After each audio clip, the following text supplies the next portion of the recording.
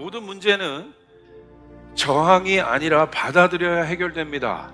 성경적 관점에서 보면 힘은 만들어지는 게 아니라요, 주어지는 거지, 임하는 거라는 거예요. 성경은 창세기를 통해서 이 힘을 다스리는 존재인 인간이 누구인지를 정의합니다. 너희는 어떤 존재이다? 하나님의 형상이다. 네가 이럴 만한 존재가 되어야만 네가 정복할 수 있는 힘이 생긴다가 아니라는 거예요. 순응한다는 건 뭐예요? 옳다는 거예요. 당신이 더 옳다는 거예요. 내 생각보다 당신의 생각이 옳다는 거예요. 아멘. 내 계획보다 당신의 계획이 더 위대하다고 인정하는 것이에요. 이 순응은 누가 할 수 있어요? 아들이 할 수 있는 거예요. 그런데 여러분, 반대로 저항도 합니다. 도대체 이 저항하는 마음의 정체가 뭡니까? 성경은 그 마음을 뭐라고 얘기해요? 죄라고 얘기해요. 그러므로 여러분 안에 그 순응의 마음, 순종의 아들의 마음, 하나님은 언제나 좋으시다고 고백하는 그 마음, 우리 사랑하는 여러분 안에는 일어날 수 있는 주님의 이름을 축복합니다. 엠모스피어 아홉 번째 시간. 내면의 조바심은 결국 하나님의 뜻과 충돌을 일으킵니다. 내면의 조바심은 결국 하나님의 뜻과 충돌을 일으킵니다.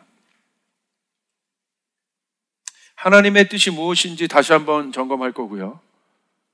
누가 하나님의 뜻을 알 수 있는가에 대해서 이야기할 거고, 하나님의 뜻대로 사는 것이 우리의 신앙의 핵심이라는 것을 이야기할 거고, 그렇게 되지 못했을 때의 부조와 일들, 고통들, 그런 것으로는 내 안에 이 영적 앰모스피어들이 변하는 것에 대해서 말할 거고, 그것에 대해서 우리 사울이 왜 그랬는지, 사울이 왜 하나님의 뜻보다 앞서서 행했는지의 원인에 대해서 이야기하고 오늘 마치려고 합니다. 여러분, 행복하시길 바랍니다. 여러분, 행복하셔야 합니다. 이게 하나님의 뜻이에요. 여러분이 행복하셔야 돼요. 옆 사람에게도 한번 그렇게 얘기해 보세요. 행복하세요. 꼭 얘기해요. 행복하세요. 그런데 이 세상은 그 행복의 정의와 기준들을 좀 만들어 놓은 것 같아요. 솔직히 우리가 좀 이야기하면 돈이 행복을 말해주는 것 같아요. 이 세상은, 이 세상의 가치는 결국 돈이더라고요. 뭐 정치나 경제나 뭐 교육이나 하여튼간 끝에 가면 돈이더라고. 종교도 마찬가지. 돈이 힘이 있다는 거예요. 그러니까 돈은 보상할 수 있는 힘이 있어요. 대가를 주잖아요. 그죠? 그러니까 마치 하나님만큼의 힘이 있는 거예요. 하나님도 그 마음으로 가잖아요. 보상. 내가 신앙을 갖고 있는 건 이 보상에 대한 마음이에요. 내가 천국에 대한 것이 보상되어 있는 거예요. 보장되어 있는 거예요. 그게 개런티 해주는 거예요. 그게 안정감이에요. 돈도 보상을 해줘요. 그러니까 힘이 있는 거예요. 그런데 여러분 생각해 보세요. 돈이 행복의 어떤 행복을 구비하는 어떤 부분적인 조건이 될 수는 있지만 돈이 행복의 기준이 될 수 있는가? 이에 대한 우리 질문을 해봐야 돼요. 돈이 없으면 불편하긴 해요. 그러나 돈이 행복을 만드는, 우리가 인간이 추구하는 행복을 이루는 조건, 어떤 부분적인 필수 조건은 될 수 있지만 그것 없이 살 수 없느냐 이거예요. 기준이냐 이거예요. 행복의 기준이 돈이냐 이거예요. 우린 여기서 한번 질문을 해봐야 되는 거죠. 만약에 그게 기준이라면 돈을 갖고 있으면 다 행복해야 되는 것이에요. 근데 그러지 않는 것 같아요. 돈이 있어도 행복하지는 않는 것 같아요. 그러니까 부분적인 어떤 조건, 어떤 것들은 충족시킬 수 있지만 그것이 절대적인 기준은 되지 않다는 것. 보세요. 만약에 그 돈이 우리의 행복을 보장하는 절대적인 기준이라고 한다면 어떻게든지 돈을 벌면 되는 거잖아요. 돈이 많으면 되는 거잖아요. 그런데 이 돈을 축적하는 과정이 이 사회를 보십시오. 정당한 노력의 대가를 통해서 돈을 벌면 괜찮은데 그렇지 않고도 돈을 버는 구조가 너무 많다는 거예요. 공평하지 않다는 것이죠.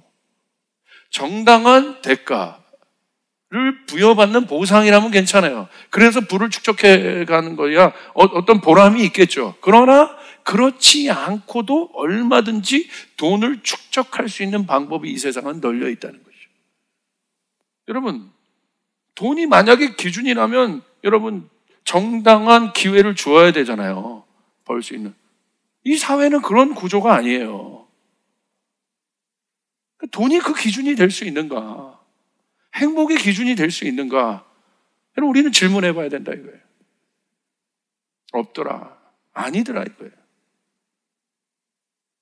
여러분 어떻게 생각하십니까? 여러 가지 많은 이유가 있겠지만 돈이 우리에게 행복의 어떤 그것을 개런티해주고 보장해줄 수 있는가? 아닌 것 같아요. 성경은 얘기하고 있는 거죠. 성경은 뭐라고 얘기하고 있어요? 하나님의 뜻대로 하는 것이 행복한 것이다. 이걸 발견하는 것이. 하나님의 뜻은 뭐예요? 하나님께서 우리를 창조하신 창조를 이해해야 된다고 그랬어요. 하나님 우리를 어떻게 창조하셨어요? 그럼 그냥 하나님이 할 일 없어서 우리를 창조했겠냐 이거예요. 하나님이 왜 창조하신 것 같아요? 어떤 신의 어떤 힘에 넘치는 모든 것을 주관할 수 있는 신의 어떤 과용이에요? 어떤 그 신의 어떤 됨됨이를 보여주기 위한 어떤 겁니까? 우리 신의 장난감이에요? 여러분 어떻게 생각하세요? 우리 하나님을 믿고 있는데 하나님 도대체 인간을 왜 창조했다고 여러분 생각하십니까? 이유는 하나입니다. 하나님 우리를 사랑해서 창조하신 거예요. 하나님 우리를 존중해서 창조하신 거예요. 그게 하나님의 뜻이에요. 우리를 통해서 하나님의 뜻들을 드러내는 건데 그 하나님의 뜻은 뭐예요? 우리의 행복을 극대화시켜주는 거예요. 예전엔 그랬어요. 에덴 동산에선 그랬어요. 하나님이 극대화시켜줬어요. 그리고 모든 것이 아름답게 돌아갔어요. 조화를 이루게 돌아갔어요. 부족함이 없이 돌아갔어요. 온전한 모습으로 돌아갔어요. 그 증거가 뭡니까? 하나님이 그것을 보시고 뭐라고 하셨어요? 좋다고 하신 거예요. 기쁘다고 하신 거예요. 토부하신 거예요. 목사님 너무 어렵습니다. 지식으로 내가 알겠는데 그게 하나님의 뜻이라는 게 도대체 나에게 안 와닿아요 라고 질문하는 거죠. 오늘 많은 사람들이 그 질문인 거예요. 교회를 다니면서도 목사님 말하는 거 설교 다 알겠는데 문제는 뭐예요? 안 와닿는다는 거예요. 당연하죠. 하나님 안 보이고 창조주 하나님이라고 하는데 내가 보지도 않고 경험도 안 했는데 어떻게 와닿을 수 있어요? 여러분 그렇게 강요하는 것 자체가 무리예요. 그런데 와닿을 수 있게 하나님이 하셨어요. 어떻게? 당신을 뭐라고 계시하셨어요? 당신을 아버지라고 계시하신 거예요. 우리가 믿고 있는 하나님을 당신을 우리가 이해할 수 있도록 그 하나님의 뜻이 무엇인지를 이해할 수 있도록 당신을 뭐라고 계시하셨어요? 아버지. 부모의 마음은 여러분의 행복, 내 자녀의 행복을 극대화시켜 주기를 원하는 거예요. 하나님의 뜻은 무엇입니까? 아주 간단해. 우리의 행복을 극대화시켜 주기를 원하는 거예요. 여러분 믿으시면 아멘 합시다. 그게 하나님의 뜻이에요. 복잡한 게 아니에요. 하나님은 우리에게 무슨 비전 이루게 하시고 어떤 광업 수행하게 하시는 CEO가 아니란 말입니다. 존재적인 그분, 우리 아버지 되신 그분의 마음은 뭐예요? 그분의 뜻은 여러분이 하나님 안에서 여러분의 행복을 극대화시켜 주기를 원하는 거예요. 여러분 믿으시면 아멘 합시다. 아멘. 이게 신앙의 첫 단추인 것을 창세기를 통해 먼저 소개하고 있는 것이죠. 이게 하나님의 뜻이다. 그래서 내가 신앙을 갖고 있다는 건 뭐예요? 첫 출발은 내가 예수를 제대로 인카운트한 사람은 어떤 변화가 일어나냐면 하나님에 대한 오해가 없어지기 시작해. 수많은 질문들이 있었어요. 하나님에 대해서. 저도요. 사실 교회에서 제가 목사 아들로 얼마나 성경을 많이 알았겠습니까? 얼마나 많은 예배를 드렸겠습니까? 그런데 제 안에는 하나님을 향한 수많은 질문이 있었어요. 때로는 이해도 안 되고 이성으로 하나님을 안 거죠. 제가 지식으로 하나님을 안 거죠. 존재적으로 인카운트하지 않은 거죠. 제가 저희 아버지를 이성으로만 알았던 거죠. 육신의 아버지. 예를 들어 그런 관계를 생각해 보십시오. 만약에 내가 우리 아버지와 이성으로만 아는 관계라면, 논리로서만 아는 관계라면 날마다 서로 점검하기 바빴을 거예요. 당신이 이렇게 해서 이런 이유 때문에 내 아버지의 아버지이신 거예요. 아버지가 될 만한 자격이 있는 거예요. 근데 만약에 당신이 이런 걸 나에게 못 해준다면 당신 내 아버지 될 자격이 없습니다. 이게 이성으로 만나는 거예요. 자격을 논하는 것. 그런데 제가 예수님을 정말 인카운터하고 제가 하나님을 만났다는 건 뭐냐면 제 안에 어떤 변화가 일어나냐면 갑자기 제가 능력이 생겨서 제 파워가 높아진 것이 아니라 어느 단계로 들어간 거예요? 이해가 되기 시작했다. 주님이 성숙한 자리로 초청하더라고. 어떤 자리? 아들의 자리인 거예요. 아버지가 이해되기 시작하는 거예요. 하나님의 말씀이 이해되기 시작하는 거예요. 할렐루야. 알기 시작하는 거예요. 왜 하나님이 이 말을 했는지 이해되기 시작하는 거예요. 내 마음 안에 동의하여 일어나는 거예요. 자발적으로. 왜? 예수를 믿었다는 것은 아들의 영이 내 안에 있기 때문에. 하나님을 아버지로 만나기 시작했다. 그게 변화예요. 예수 믿고 내가 구원받았다는 것은 구체적인 거예요. 아들 되었다는 거예요. 믿으시면 아멘 합시다. 그러니까 아버지를 아는 거예요. 오해하지 않습니다. 기독교 역사를 보면서도 수많은 기독교 안에 있는 핍박과 고통의 사건들 보면서 저는 하나님을 오해했었는데 오해가 되지 않더라고요. 조금 더 통사적인 관점에서 이 사건 뒤에 어떤 일들이 일어나는지, 어떤 부흥이 왔는지, 그래서 하나님이 이 사건을 왜 뒀는지, 또 이것을 통해서 성도들을 단련시키고 왜 연단시키셨는지, 또 미래를 보는지, 그 역사를 보게 되고 역사적인 눈들이 띄어지게 되고 역사가 이해되기 시작하고 통사적인 눈이 뜨기, 앞만 보고 있던 제 자신이 통사적인 시대를 볼 수 있는 눈이 생겼다 이거예요. 이게 아들의 영이에요. 그러니까 시대를 보고 오늘 현세에서 과거도 보고 내 시대를 보니까 미래가 보이는 거예요. 내 좌표가 보이는 거예요. 내가 어느 디렉션으로 가야 될지 보이는 거예요. 뭐를 붙잡아야 될지가 보이는 거예요. 아멘. 세상이 말하는 스펙이 나를 행복하게 해줄 수 없다는 것을 아는 거예요. 돈이 나에게 필요한 거지만 이 돈이 나에게 행복의 기준이 될 수 없다는 건 내 자신이 동의하는 거예요. 그걸 알게 된 거예요. 누가 가르쳐줘서 신학교에서 가르쳐준 게 아니에요. 갑자기 불 받아서 가르쳐준 게 아니에요. 진리를 만나니까 그런 일들이 일어나는 거예요. 할렐루야. 돈이 있으면 필요하지만 없어도 살아. 좋은 차 타면 편하지만 없어도 살아요. 편해요. 그러나 없어도 살아. 못 살진 않아. 그러나 하나님 없이는 못 산다 이거예요. 그 기준이 없이는 못 산다 이거예요. 그게 변한 거야. 그게 변한 거야. 그러니까 이 땅에 있는 모든 것들 어떤 마음이 생겨요? 다스릴 수 있게 되는 거예요. 누릴 수 있는 마음이 오히려 생겨요. 유혹이 있더라도 조금 더 본질적인 것과 인카운터하기 때문에 좀 유혹을 넘어갈 만한 힘도 생기고 제 자신을 자꾸 본질 앞에 세팅하기 때문에 여러분 본질이 결국 이깁니다. 여러분 이 사실을 아셔야 돼요. 기독교는 본질이에요. 청년들은 본질을 알아야 되는 거예요. 청년의 때는 이 본질과 만나야 되는 것이에요. 이 진리와 만나야 되는 것이에요. 그 진리를 얻기 위해서 여러분의 모든 것을 팔아보는 경험이 있어야 되는 거야. 이게 청년의 때야. 그게 바로 불붙는 열정이에요. 청년하면 패션이에요. 열정. 제가 항상 강조하죠. 어른들에게 제가 열정을 강조하지는 않습니다. 어른들은 그 열정에 한번 확 불살았다가 이 불이 아름답게 피고 있는 상태. 그 상태는 뭐냐면 지혜의 상태. 청년들이 아직 지혜의 상태는 아닌 거예요. 이 지혜를 얻으려면 이 열정이 한번 타올라야 돼. 할렐루야. 여러분의 마음은 뭐에 불타고 있습니까? 하나님께 불을 태우시라 이거예요. 그런데 죄악은 뭐예요?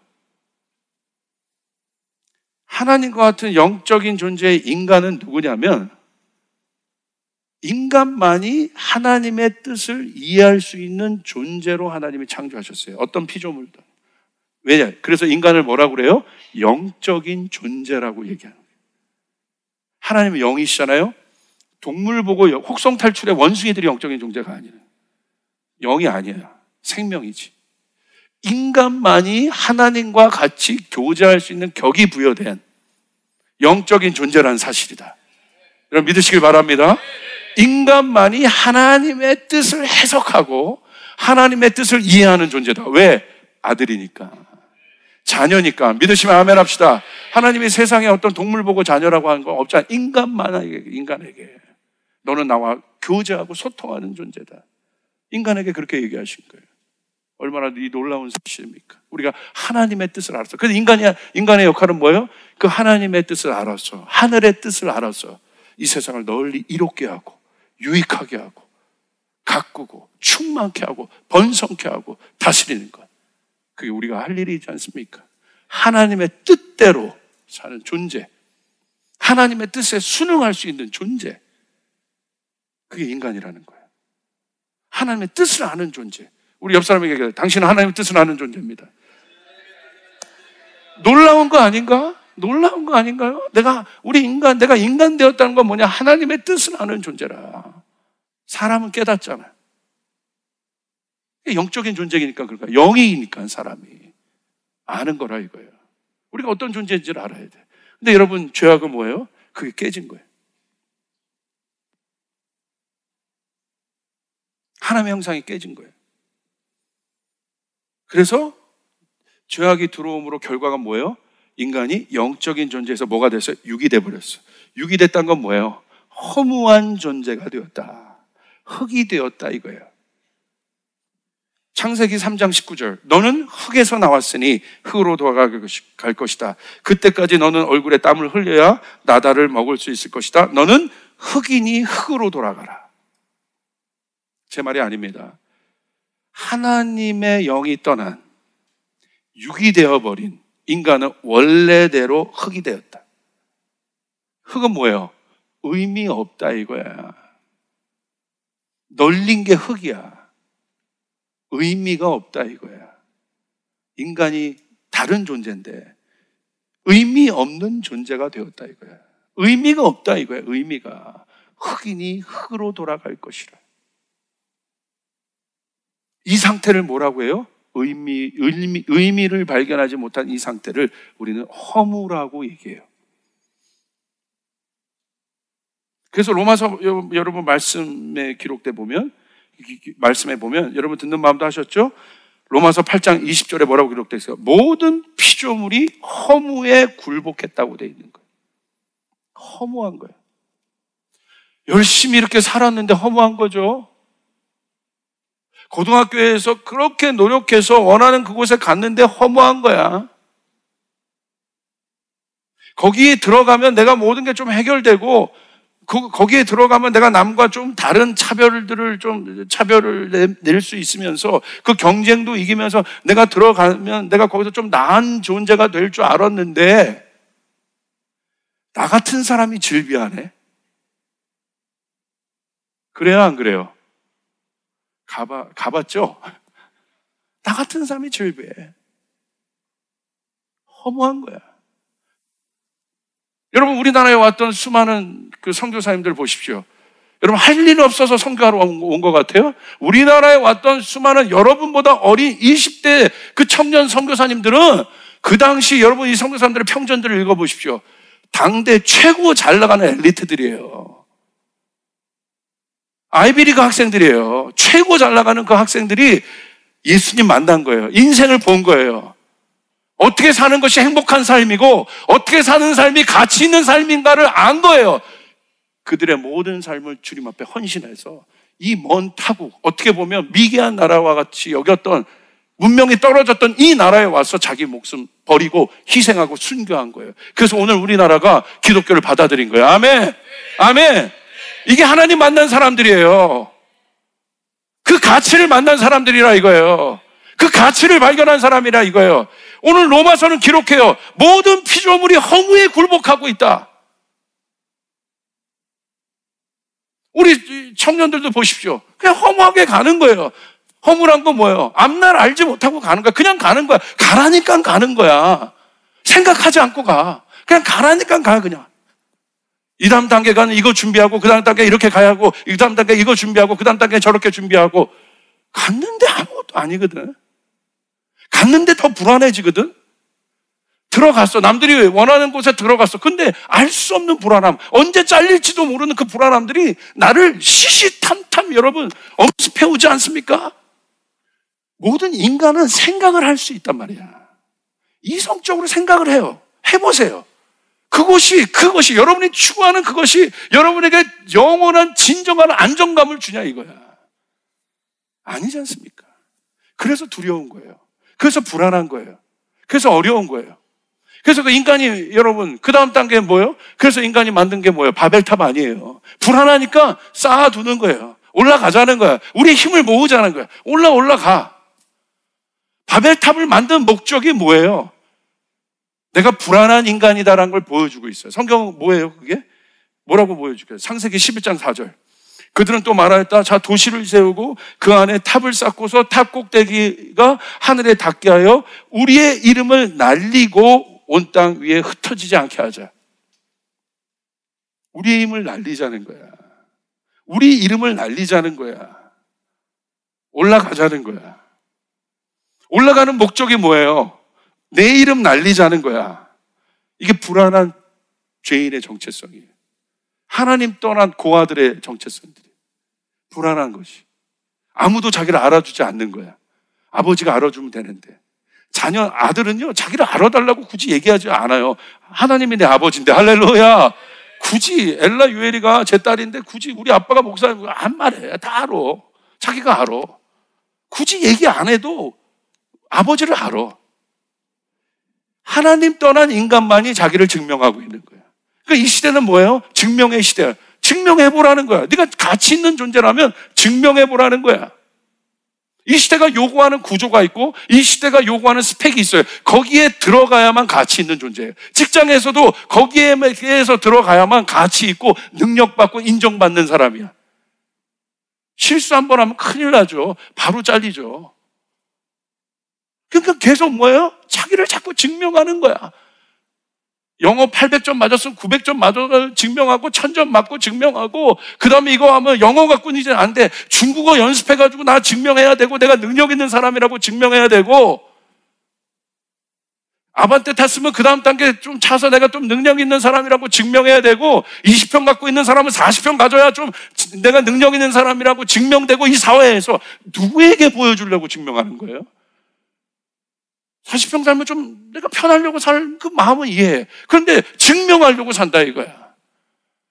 오늘 바벨탑을 쌓은 이유가 뭡니까? 내 이름을 알리자, 증명하자.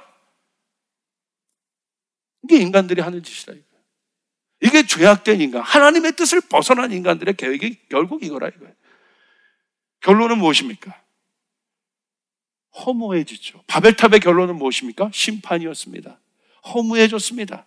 쌓았는데 아무것도 아니야. 하나님만큼 쌓을 수가 없어. 깨닫기도 전에 그냥 무너진 거야. 바울은 그걸 안 거예요. 모든 피조물이 허무에 굴복하고 있다. 그러므로 모든 피조물은 누가 나타나길 기대하고 있다? 아들의 형상이 나타나길 기대하고 있다. 자녀의 형상이 나타나길 기대하고 있다. 아멘. 허무하지 않다 이거예요. 심판은 무엇입니까? 허무한 거예요. 선악과를 먹었어요. 허무해진 거예요. 진짜 그 존재가 된 줄 알았는데 그게 유혹이죠. 그거 먹으면 그 존재가 될 줄 알았어. 하나님 없이도 내가 하나님 같은 존재가 될 줄 알았어. 먹었는데 안 됐네? 바벨탑 쌓았는데 못 올라가네? 허무해진 거예요. 이게 심판의 결과예요. 그러니까 신앙이 있다는 건 뭔지 아세요? 이거 빨리 깨닫는 거예요. 하나님 없이면 안 된다는 걸 아는 거예요. 아멘. 내 인생 하나님 없으면 안 된다는 걸 아는 거예요. 내 가정 하나님 없으면 안 된다는 걸 아는 거예요.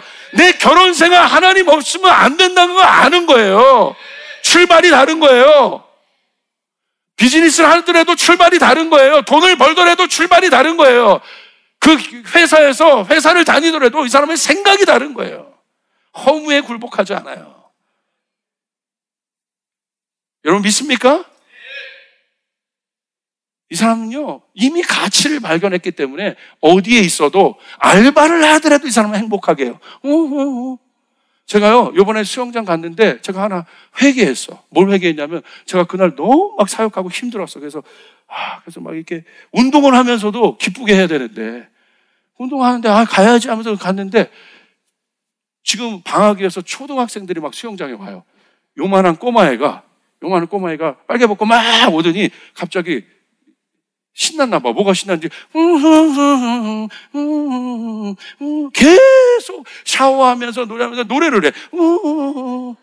뭐가 이렇게 기쁠까? 부럽더라고. 그래서 제가 거짓말 아니라 저도 그 순간 그 꼬마애를 보고 쫓아했어.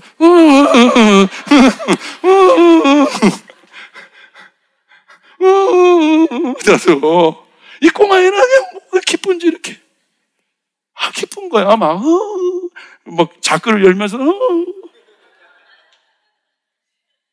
저도 샤워하는데 그 꼬마애가 갑자기 부러운 거야. 갑자기 나도 내 앰모스피어를 바꾼 거야.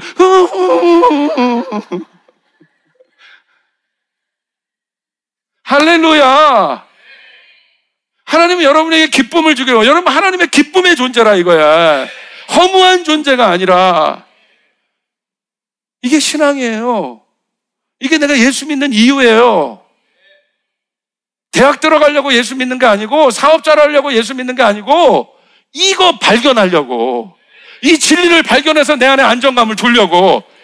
이 사람의 결혼 생활이 어떻게 행복하지 않을 수 있겠습니까? 이 사람의 직장 생활이 어떻게 행복하지 않을 수 있겠습니까?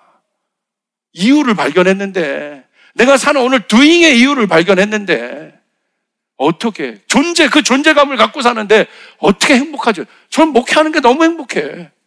힘들 때 있어요. 힘든 거 행복한 거, 힘든데 행복한 거야. 이해되세요? 힘든데 죽어라고 힘든 게 아니라 힘든데, 육신적으로 힘든데 행복해. 그 행복감이 저를 사역하게 하는 거예요. 그 기쁨이 저를 사역하게 하는 거예요. 여러분에게 그 기쁨이 주어지길 바랍니다.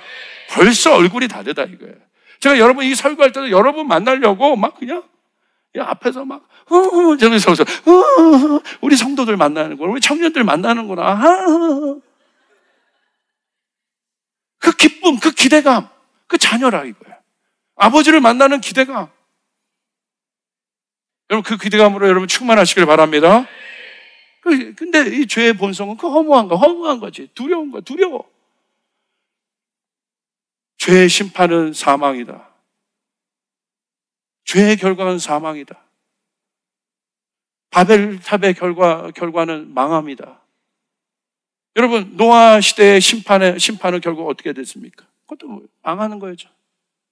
결국 이것을 아는 거예요. 그런데 보세요. 인간은 그걸 안다 이거예요. 인간의 역사상 우리 모두가 지금 정도 사는 시대에 살고 있는 우리 그리스도인들이라면 하나님 뜻대로 결국 안 하면 허무해진다는 걸 알아요.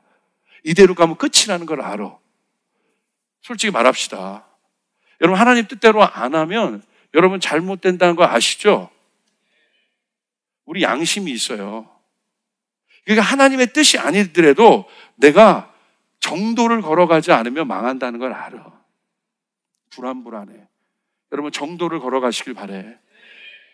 여러분 속도의 시대에 느리더라도 한 걸음이라도 제대로 걸어가길 바랍니다. 일확천금 노리며 살지 말고 속도의 시대에 여러분의 속사람은 슬로우 다운을 배우시길 바래. 천천히 가는 법을 배우시길 바래. 가더라도 제대로, 할렐루야.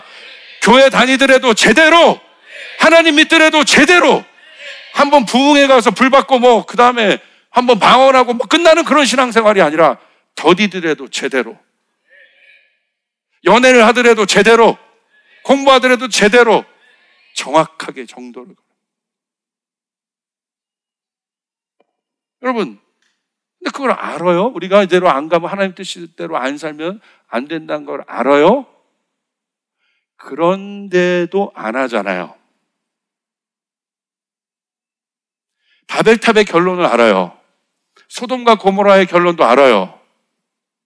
노아 시대의 결론도 알아요. 그런데도 안 해요. 이걸 성경은 뭐라고 얘기해요? 죄성이라고 얘기하는 거예요. 알면서도 안 하는 거예요. 하나님의 뜻인 줄 알면서도 안 하는 거예요. 성경이 이걸 뭐라고 얘기해요? 죄성. 죄인된 인간 안에 부여된 원죄라고도 얘기하고 죄성이죠, 죄성. 하나님 뜻대로 안 하고 정도를 걸어가지 않으면 망한다는 걸 알면서도 그대로 가는 것. 죄성. 그러니까 나중에 엄청나게 부딪혀서 돌아오더라고. 하나님이 사랑하는 사람들은 다 깨져서 돌아오더라고. 그때 뭘 얘기해요? 대부분이? 청년 때는 그런 사람들 별로 없지만 제가 장년부들 만나보면 대부분 그런 사람들이 목사님 지금 돌아왔습니다. 이제 깨달았습니다. 이제 알겠습니다. 그래도 그때라도 알았으면 감사한 거지. 죄성이에요, 죄성. 죄성의 또 다른 측면은 무엇입니까? 불확실성과 불안함이에요. 자, 믿음도 갈 바를 알지 못하고 가요. 그런데 믿음이란 건 내가 갈 바를 알지 못하고 가는데 마지막에 어디인 줄 알아. 아브라함이 그랬죠. 아브라함이 하나님을 부르셨어요. 아브라함이 어디로 갈 바를 알지 못했지만 갔어요. 하나님의 언약은 뭐예요? 아브라함을 창대케 하겠다는 거예요. 아브라함에게 복을 주시겠다는 거예요. 아멘. 하나님의 뜻이에요. 이대로 걸어가면 내가 어디로 갈지 모르지만 하나님의 뜻에 순종해서 걸어가면 나는 하나님의 언약을 이루는 존재가 될 것이다. 하나님의 언약의 대상이 될 것이다. 아멘. 갈 바를 알지 못하는 것이 아니라 정확하게 알고 가는 거지. 순종하면 그게 보여요. 순응하면 그게 보여요. 그러나 죄성은 여기 안대를 차고 있는, 영적 안대를 차고 있는 사람들 같아요. 어디로 갈지를 몰라. 어디로 갈지를 몰라. 그래서 두려운 거야. 이 단계 통과했는데 겨우 막 이렇게 막 더듬더듬 해가지고 갔는데 여기가 안전한 곳인지 몰라. 그게 두려워. 여기 통과했는데 그 다음에 여기도 막 두려워. 그러니까 이 죄성, 이것이 해결되지 않은 인간은 여러분 미래가 두렵기 때문에 안정감이 없어. 그 마음 안에 해도 안정감이 없는 거야. 뭘 해도 안정감이 없는 거야. 두려운 거야. 불안한 거야. 오늘 이 현대인들은 이 두려움과 불안함에 여러분 극대치에서 살고 있어요. 그래서 현대병들이 다 여기서 나오는 거예요. 우울증, 공황장애 이런 게 다 이 두려움에서 오는 거야. 이게 해결될 것 같습니까? 더 끝으로 갈 겁니다. 더 많아질 겁니다. 로이드 존스가 얘기했어요. 그 옛날 인물이지만 미래는 약물에 의존하는 시대가 될 것이다. 제가 그때 예전에 10년 전에 그 책 읽을 때는 이해가 안 됐어요. 이분이 의사 출신이거든요. 이해가 안 되는데 요즘 현대에 와서 이분이 선견자처럼 얘기했구나. 강남 가보십시오. 약 없이 못 살아요.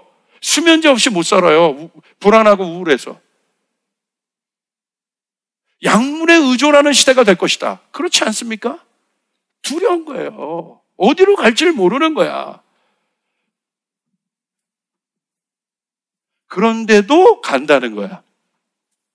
이거 벗고 가야 되는데. 이 안대가 벗어져야 되는데. 영적인 눈이 떠져야 되는데. 눈 감고 가는 거예요. 미친 짓이지. 그래서 성경은 이런 사람을 뭐라고 얘기해요? 어리석다라고 얘기해요. 어리석구나. 어리석구나. 그러기 때문에 인간은 여러분 굉장히 머리가 좋은 존재입니다. 이 불안함을 알거든요. 이 두려움을 알아요. 불안하고 두려운지 알면서도 가는 게 죄성이라고 그랬어요. 근데 왜 갈 수 있을까? 합리적 이유의 근거를 만듭니다. 그리고 그 합리적 이유의 근거는 뭐예요? 영적인 몰핀이에요. 상황이 이렇잖아요. 환경이 이렇잖아요. 제가 그러고 싶어서 그랬나요?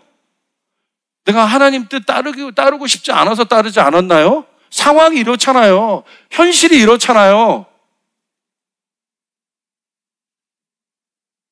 맞는 말이에요. 합리적인 이야기예요. 그걸 만들어요, 인간이. 이거는 마치 이것과 같아요. 내가 지금 암덩어리가 내 몸에 쫙 퍼졌어. 그 고통스러워. 너무 이 고통이 심해. 그래서 이 고통을 해결하고자 여러분 마약 성분이 든 몰핀 같은 걸 놓습니다. 그러면 그 고통이 잠시는 해결이 돼요. 잠시는. 그러나 이것이 영원히 해결되는 문제입니까? 또 맞아야 돼. 성경은 몰핀을 놓는 게 아니에요. 진리는 몰핀을 놓는 게 아니에요. 우리 자체를 치유해버립니다. 아멘. 본질적인 치유를 경험하게 되는 거예요. 본질적인 두려움을 없애고 본질적인 불안함을 없애는 거예요. 청년들이요, 우리 안에 본질적인 두려움과 불안함이 있어요. 이거 주님 만나서 해결해야 돼. 여러분 수련회 가서 해결하시길 바래. 이 예배 때 오늘 예배를 통해 해결하시길 바래요. 여러분 하나님 만남으로 해결하시길 바랍니다. 본질의 문제.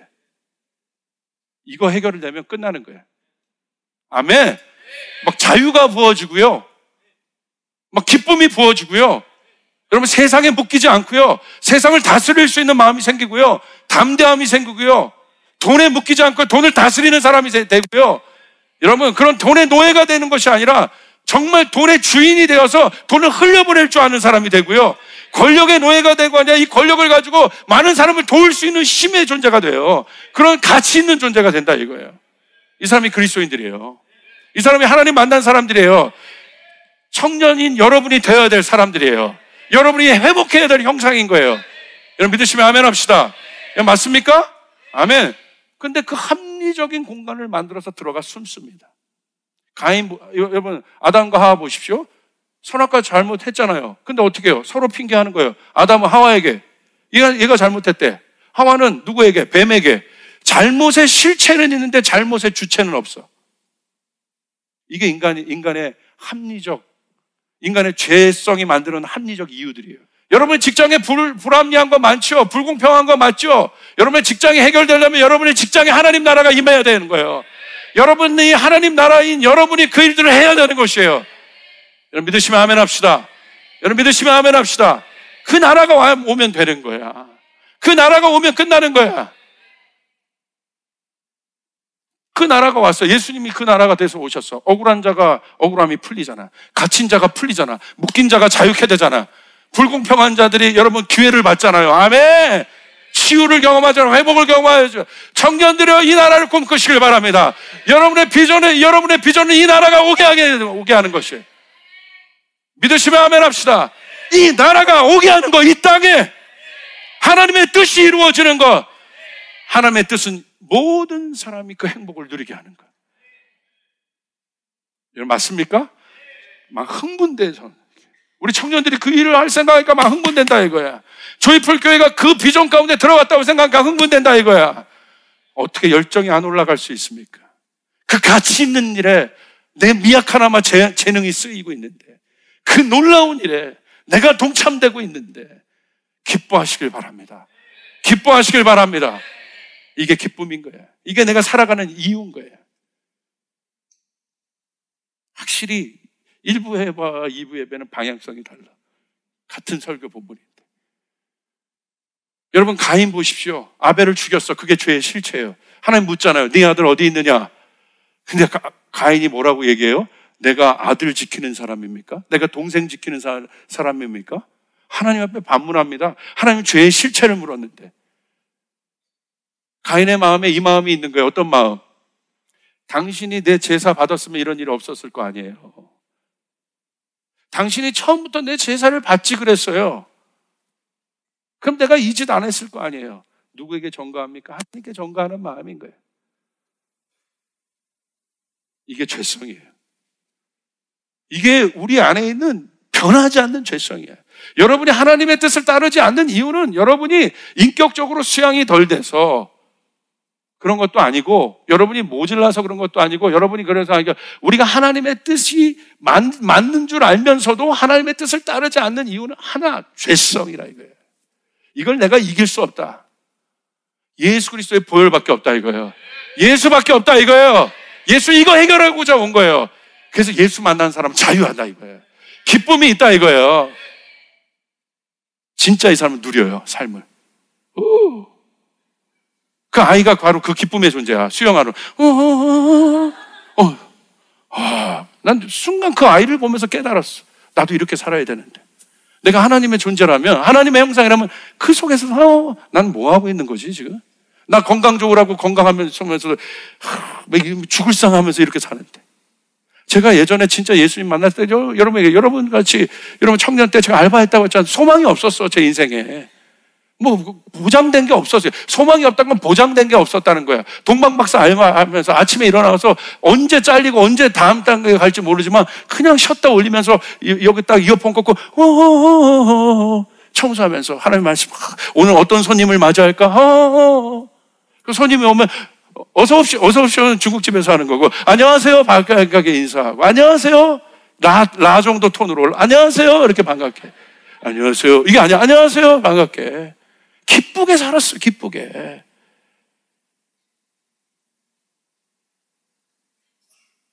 이게 진짜 돌이켜보면 그럴 때 내가 예수님과 친밀했을 때 내 인생의 삶도 이게 변하더라, 이거. 무엇인가 내가 갖춰줘서 변한 게 아니라. 가인 그렇지 않습니까? 오늘 사울을 보십시오. 오늘 주인공 사울. 사무엘상 13장에 제가 말했던 모든 것을 집대성한 인물이에요. 하나님께서 사무엘을 통해 기다리라고 했어요. 블레셋이 앞에 옵니다. 블레셋이 사울이 지금 맞이한 상황 어떤 상황이에요? 왕입니다. 신탁 통치예요. 구약을 보세요. 철저하게 하나님이 가르쳐 주세요. 전쟁도 어떻게 하라고 구체적으로 가르쳐 주세요. 그래서 하나님 뜻대로 하면 이겨요. 근데 사울이 왕임에도 불구하고 하나님의 뜻을 따르지 않아요. 이스라엘 하나만 하나님의 음성을 듣는 유일한 나라였어요. 하나님 가르쳐 주신 거예요. 구약은 그 역사예요. 본보기로 마다들을 통해서 가르쳐 주신 거예요. 나중에 모든 이방인들 안에 그 일들이 이루어지게 해서 가지 않습니까? 어떻게 됩니까? 사무엘이 안 와. 제사 전쟁해야 되는데. 그러니까 사울이 이렇게 얘기하는 거예요. 먼저 제사를 지내거든요. 제사는 제사장만 할 수 있는 거예요. 그게 법칙이에요. 그게 정도예요. 그런데 그 정도를 따르지 않아. 그래서 사무엘이 와서 꾸짖습니다. 근데 사울이 이렇게 대답합니다. 임금님, 어찌하여 이런 일을 하셨습니까? 사울이 대답하였다. 백성은 나에게서 떠나 흩어지고 제사장께서는 약속한 날짜에 오시지도 않고 블레셋 사람은 막마스에 모여들고 있었습니다. 이러다가 제가 주님께 은혜를 구하기도 전에 블레셋 사람이 길갈로 내려와서 칠 것 같은 생각이 들어서 할 수 없이 번제를 드렸습니다.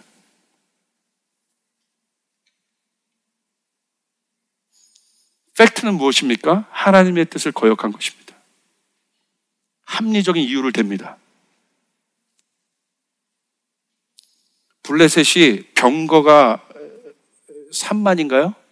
병거가 3만이고 마병이 6천이고 블레셋 군사가 해안가의 모래알처럼 많은 상황입니다. 당신은 오지 않습니다. 이들의 압박은 점점 심해집니다. 당신이 빨리 귀한 날에 와서 제사를 지내야 되는데 당신은 오지 않습니다. 결정적인 뭐예요? 백성이 흩어지려고 합니다. 사울이 궁극적으로 하나님 앞에 폐위된 이유가 있어요. 성경 그걸 얘기하고 있어요. 사람의 음성을 들었다고 얘기하고 있어요. 근데 보십시오. 사울은 합리적인 이유를 댑니다. 하나님의 뜻을 거역한 것에 대해서 순복하지 않고 왜 그렇게 할 수밖에 없었는지에 대해서 합리적인 이유를 대고 그래서 제사를 드렸다는 거예요. 행위로. 이걸 우리는 뭐라고 해요? 종교라고 하는 거예요. 행위로 변제받을 줄 아는 마음. 행위가 변제할 수 없어요. 율법이 그거죠. 행위로 내 모든 과업이 변제받을 줄 아는 마음. 종교가 그거죠. 열심히 행위하며 내가 변제받을 줄 안다고 생각되는 마음. 그래서 열심히 하는 거예요. 그게 doing하는 세계관이에요. 하나님 그걸 원한 게 아니시죠. 합리적인 세계관입니다. 이게 사울의 법입니다. 우리는 이제 알아야 돼요. 사울이 이와 같은 조급함을 가진 이유는 무엇입니까? 여러분 왜 조급하십니까? 조급함의 이유가 뭔지 아세요? 상황 때문에 그런 거 아니에요. 환경 때문에 그런 거 아니에요. 조급함의 이유는 하나입니다. 조급함으로 인해서 내 마음의 평강이 깨진 이유는 하나입니다. 무엇입니까? 죄성이에요. 오직 죄성만이 하나님의 뜻을 거역해요. 다른 어떤 것도 하나님의 뜻을 거역할 수 있는 요소가 되는 게 없어요. 죄만이 하나님의 뜻을 거역해요. 우리 안에 그 죄성이 있는 거예요. 사울 안에 그 죄성이 하나님의 뜻을 거역한 거예요. 죄성은 무엇입니까? 아버지를 모르는 것이죠. 아버지 없이도 잘 될 수 있다고 생각하는 마음이죠. 그러니까 아버지 없이도, 아버지 뜻 없이도 아버지와 상관없는 제사를 드린 거예요. 고아와 같은 마음이죠. 왜 조급하십니까? 무엇 때문에 불안하십니까? 무엇 때문에 두려워하십니까? 죄성의 문제입니다. 이게 해결되기 위해서는 여러분 안에 아들의 영이 있어야 됩니다. 대표적인 이 기다림의 사람은 누굽니까? 아브라함입니다. 오늘 여러분 말씀을 보세요. 하나님이 아브라함을 부르십니다. 창세기 12장에 아브라함을 부르시면서 이렇게 말씀하십니다. 너는 내가 살고 있는 땅과 내가 난 곳과 너희 아버지 집을 떠나서 내가 보여주는 땅으로 가라. 우리 2절 같이 읽습니다. 시작. 내가 너로 큰 민족이 되게 하고.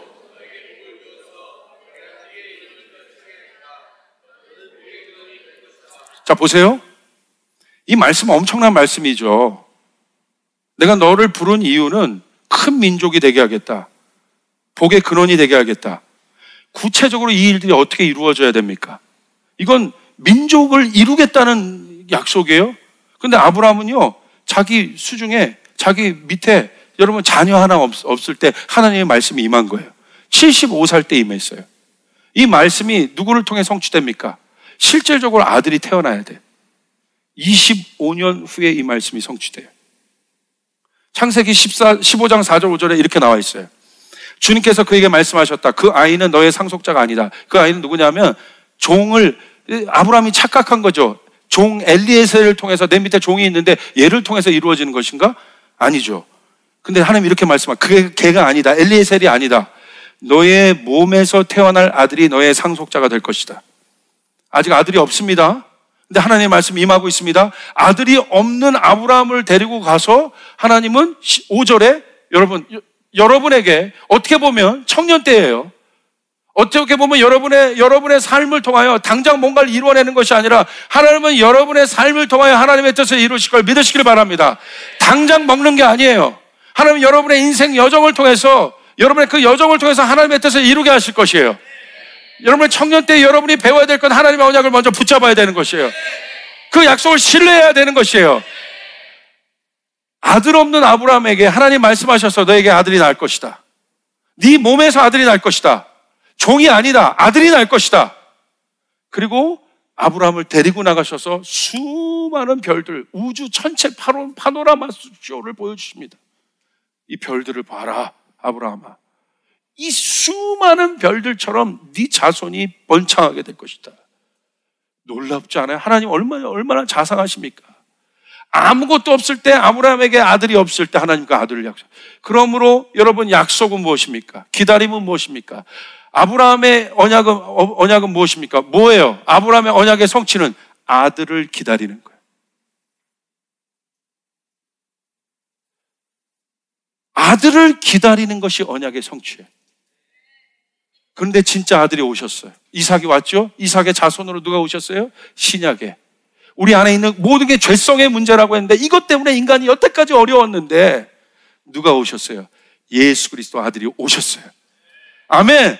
이 인류는 아들이 나타나는 걸 기대하고 있었어요. 이 모든 피조물들은 아들이 나타나길 기도했는데 그 아들이 나타나신 거란 말이에요. 여러분이 오늘 믿고 있는 아들은 그 아들이라 이거예요. 그 아들을 믿으셔야 돼. 그 아들이 여러분의 모든 것을 이루실 것입니다. 그 아들이 여러분의 모든 것을 해결하실 것입니다. 그 아들이 여러분의 모든 문제를 해결하셨으면 믿으시면 아멘 합시다. 아멘. 그분이 누구세요? 아들 예수 그리스도. 내가 그 아들 예수 그리스도를 믿었다는 건 뭐예요? 이미 내 안에 주님의 언약이 이루어졌다는 것이에요. 내 안에 하나님의 뜻을 따르지 못하게 하는 이 죄성을 하나님의 아들의 영으로 이미 이기셨다. 불순종의 영을 순종의 영으로 바꿔놓으셨다. 나는 이 아들을 믿는 것이에요. 그 아들을 기다리는 것이에요. 그리고 그 아들은 오셨습니다. 그리고 우리는 다시 이 재림의 때에 그 아들을 기다려야 되는 것이에요. 할렐루야! 할렐루야! 이 교회는 마지막 때 이 패러다임이 있어야 되는 것이에요. 그 아들을 기다리는 것이에요. 영원한 아들을 기다리는 것이에요. 언약은 아들을 기다리는 것이에요. 믿으시면 아멘 합시다. 믿으시면 아멘 합시다. 그럼 불안하지 않아요. 여러분 조급합니까? 두렵습니까? 어렵습니까? 여러분 안에 있는 예수 그리스도 아들의 영을 활성화시키길 바랍니다. 예수의 이름으로 일어나시길 바랍니다. 내가 하나님의 자녀 됐다는 사실을 믿으시길 바랍니다. 아들의 이름 말고는 우리가 구원받을 수 없고 아들의 이름 말고는 우리가 아버지라 부를 수 없는 줄 수 있는 이름은 어떤 이름도 허락한 적이 없으시고 오직 아들의 이름을 통해서 우리는 하나님을 아버지라 부를 수 있다는 사실.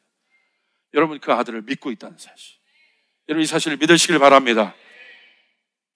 그러면 이 사람에게 하나님께 주시는 평강이 있고 기쁨이 있고 아들의 영이 있는 사람은 하나님의 뜻을 따르고, 아들의 영이 있는 사람은 기다릴 수 있는 거고, 순종할 수 있는 거고, 순응할 수 있는 거고, 신뢰함으로 어느 상황에 있어든지 아버지를 따라갈 수 있고, 결국 그를 통해서 아버지의 뜻은 이루어지게 되어 있습니다. 제가 여태까지 목회하면서 배운 건 딱 한 가지입니다. 아버지의 뜻을 기다리는 것, 아버지의 뜻을 신뢰하는 것. 아무것도 없는 상황에서 다음 세대의 비전만 갖고 있던 저에게 하나님 비전을 주셨어요. 꿈을 주셨어요. 제가 한 건 한 가지입니다. 소망 없었어요. 저희 아버지가 큰 목회하신 것도 아니고 저에게 재정 대어줄 사람도 없었고 아무것도 없었어요. 그냥 하나, 아버지의 뜻, 아버지의 뜻에 순종한 거, 아버지의 뜻에 따라 여러분 느리지만 더디지만 한 걸음 간 것밖에 없고, 결국 아버지께서 그 일을 이루실 것이고, 할렐루야! 기다린 가운데 아버지의 뜻을 보고, 그러므로 이 기다림의 시간이 저는 외롭지 않아요. 주님이 2년 후에 3년 후에 저희 교회를 어떻게 하실지 주님이 또 저에게 말씀하셨어요. 하나님 놀라운 일들 이루실 것입니다. 기다리는 자는 영광을 볼 것입니다. 기다리는 자는 영광을 볼 것입니다. 기다리는 자는 영광을 볼 것입니다. 할렐루야. 하나님 우리를 기다려주셨어요. 이제는 우리가 하나님을 기다려, 아들로서 기다려야 돼. 하나님의 뜻을 기다려야 돼. 하나님이 기다림으로 여러분이 구원받았어요. 하나님이 아브라함을 부르셔서 구원받은 것처럼, 아브라함이 잘한 게 없어요? 부르신 거야. 믿음 없는데도 부르신 거야. 부르셔서 믿음으로 구원받은 것처럼 우리가 잘한 것이 없어요. 공로는 없어요. 그러나 하나님은 여러분을 부르신 거예요. 자녀 되기 위해서 부르신 거예요. 그리고 여러분을 구원하셨어요. 여러분 믿습니까? 그럼 이제 아들의 영이 있단 말입니다. 그럼 이제 기다림으로 그분의 나라를 봐야 되는 거예요. 이루어내야 되는 거예요. 이게 하나님의 사람들입니다. 이게 하나님 나라를 꿈꾸는 사람들이에요. 조급하지 않고 다급하지 않고 더디더라도 하나님 안에서 친밀한 친밀감을 누리며 기쁘게 하나님과 한 걸음씩 동행하며 나갈 수 있는 사람. 그래서 다윗은 그런 사람이죠. 기다렸죠. 예루살렘으로 바로 올라갈 수 있었어요? 다윗은요, 다윗의 위대함은 뭔지 아십니까? 이미 모든 것을 평정했어요. 사울도 없어요. 예루살렘으로 가면 끝나요, 바로. 그런데 묻잖아요. 하나님 어떻게 가야겠습니까? 헤브론에서 기다려라. 다윗이 헤브론에서 예루살렘으로 다이렉트로 갈 수 있음에도 불구하고 7년 기다렸습니다. 근데 7년 동안 하나님은요, 거기서 정치를 가르쳐 주셨고, 경제를 가르쳐 주셨고, 통치를 가르쳐 주셨어요. 그 다음에 왕 된 거예요. 하나님은 여러분에게 기다림을 주십니다. 이 기다림을 즐기시길 바랍니다. 이 기다림 가운데 여러분은 완성될 것입니다. 이 기다림 가운데 하나님의 여러분 뜻은 여러분에게 견고해질 것입니다. 조급하지 마시길 바랍니다. 성급하지 마시길 바랍니다. 다급하지 마시길 바랍니다. 합리적인 이유도 되지 마시길 바랍니다. 기다림으로, 기쁨으로 아버지의 뜻을 이루어드릴 수 있기를 주님의 이름으로 축복합니다. 우리 주님께 영광의 박수 올려드리겠습니다.